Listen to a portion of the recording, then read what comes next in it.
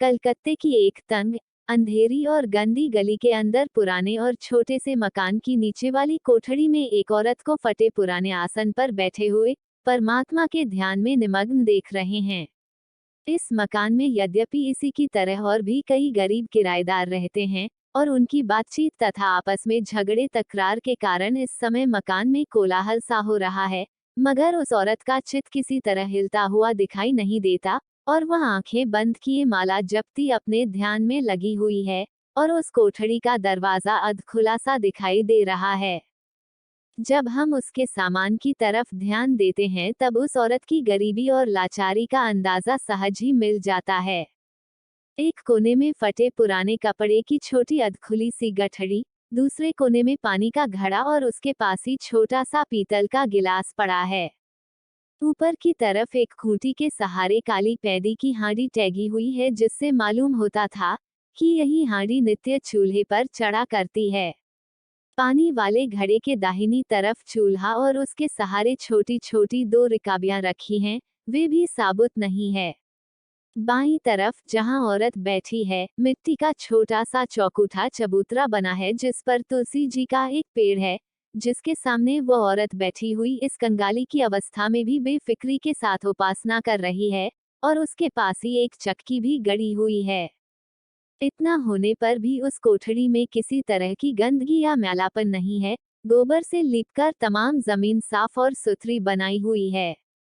स्त्री का जप पूरा हुआ और वह तुलसी जी को प्रणाम कर हाथ की माला रखना ही चाहती थी कि कोठरी का दरवाजा खुला और एक 8 या 9 वर्ष का बालक अंदर आता हुआ दिखाई दिया। बालक: माँ, तू पूजा कर चुकी? स्त्री: हाँ बेटा, कर चुकी। बालक: बाहर हरी खड़ा है, कहता है पाठशाला में जाने का समय हो गया, मुझे भूख लगी है, बिना खाए मैं पाठशाला में कैसे जाऊं? स्त्री लंबी सांस लेकर और माला रखकर: बेटा, आज तो कुछ खाने को नहीं है, मैं 2-3 जगह गई थी, कहीं से गेहूं भी नहीं मिला जो पीस कर ले आती और मजूरी के 2 पैसे लेकर तेरे खाने का इंतजाम करती। नवीन की माँ ने गेहूं देने के लिए 10 बजे बुलाया था, सो अब मैं जाती हूँ। बालक: तो मैं पाठशाला में न जाऊंगा, मुझे बड़ी भूख लगी है। तू तो दिन रात पूजा ही किया करती है, खाने को तो लाती नहीं। स्त्री: बेटा क्या करूं, तेरे ही लिए तो दिन रात पूजा किया करती हूँ, ठाकुर जी से तेरे खाने के लिए मांगती हूँ। बालक: क्या तेरे मांगने से ठाकुर जी खाने को दे देंगे? स्त्री: क्यों न देंगे, तमाम दुनिया को देते हैं तो मुझे क्यों न देंगे? बालक: तो देते क्यों नहीं, मुझे बता ठाकुर जी कहाँ हैं, मैं भी उनसे मांगूं।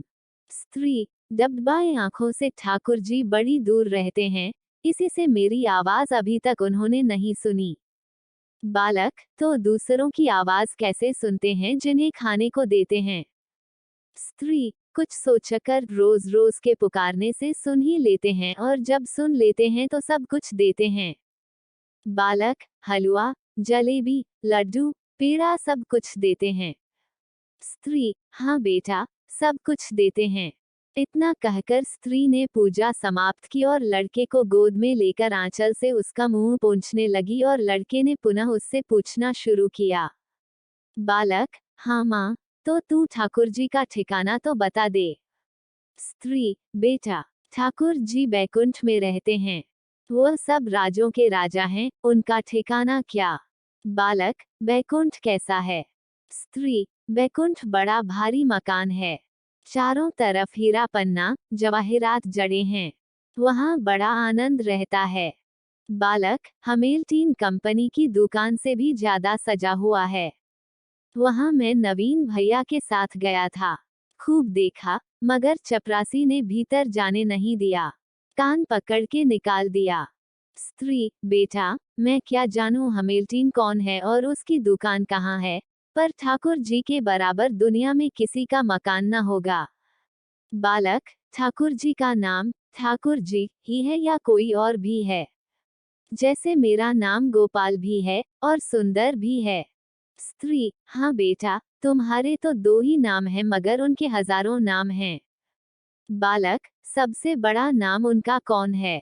स्त्री: लक्ष्मीनाथ। अच्छा बेटा, अब तू जरा यहाँ बैठ, मैं नवीन की माँ के पास से जाके पीसने के लिए गेहूं ले आती हूँ, तब तेरे खाने पीने का भी बंदोबस्त करती हूँ। आज तू पाठशाला मत जा, कल जाना। बालक, अच्छा माँ, तू जा, मैं यहाँ बैठा बैठा लिखूंगा पढ़ूंगा।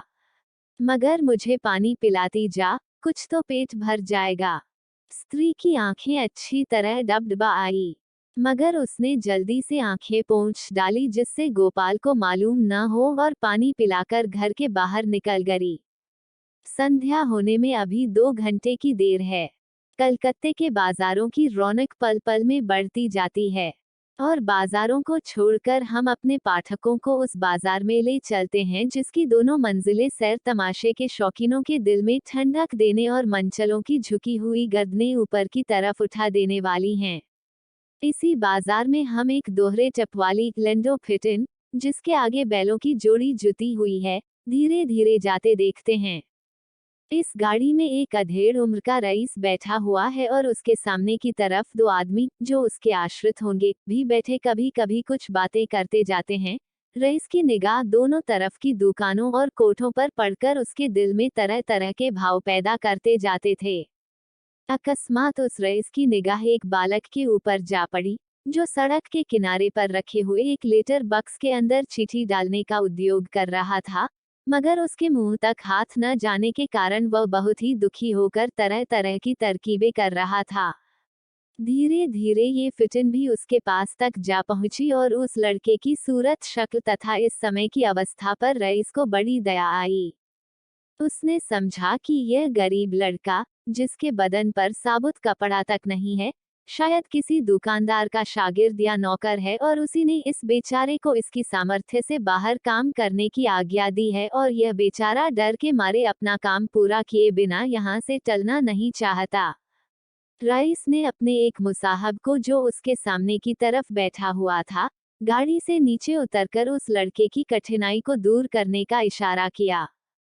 गाड़ी खड़ी की गई और वह मुसाहब नीचे उतरकर लड़के के पास गया और बोला, ला तेरी चिट्ठी मैं इस डब्बे में डाल दूं।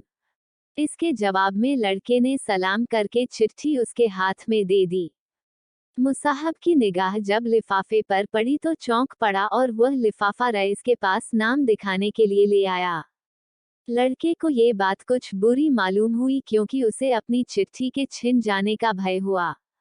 इसलिए वह भी उस मुसाहब के पीछे पीछे गाड़ी के पास तक चला आया और रोनी सूरत से उस रईस के मुंह की तरफ देखने लगा। उसकी इस अवस्था पर रईस का दिल और भी हिल गया। उसने लिफाफे पर एक नजर डालने के बाद उस लड़के से कहा, डरो मत, हम तुम्हारी चिट्ठी नहीं लेंगे। इस पर पता ठीक ठीक नहीं लिखा है, इसी से यह आदमी मुझे दिखाने के लिए ले आया है। कहो तो मैं इस पर अंग्रेजी में पता लिख दूं जिसमें चिट्ठी जल्द ठाकुर जी के पास पहुंच जाए। लड़के ने खुश होकर कहा, हाँ, लिख दीजिए। उस चिट्ठी पर ये लिखा हुआ था, श्री ठाकुर जी महाराज लक्ष्मीनाथ के पास चिट्ठी पहुंचे। स्थान बैकुंठ। रईस ने अंग्रेजी में उस पर ये लिख दिया, mister Pratap Naren Harrison road, Calcutta. लड़का अंग्रेजी नहीं जानता था, इसलिए वह इस बात को कुछ समझ न सका। इसके बाद रईस ने उस लड़के से, जो बातचीत करने में बहुत तेज और ढीठ भी था, पूछा, तुम्हारा मकान कहाँ पर है? लड़का, हाथ का इशारा करके उस तरफ, बड़ी दूर है। रईस, प्यार से उसका हाथ पकड़ के, आओ हमारी गाड़ी पर बैठ जाओ, हम तुम्हें तुम्हारे घर तक पहुंचा देंगे। लड़का गाड़ी पर सवार हो गया। रईस ने उसे अपने बगल में बैठा लिया। गाड़ी पुनः धीरे धीरे रवाना हुई और रईस तथा उस लड़के में यूं बातचीत होने लगी। रईस, ये चिट्ठी तुमने अपने हाथ से लिखी है? लड़का, हाँ। रईस, किसके कहने से लिखी है? लड़का, अपनी खुशी से। रईस, तुमने कैसे जाना कि ठाकुर जी किसी का नाम है?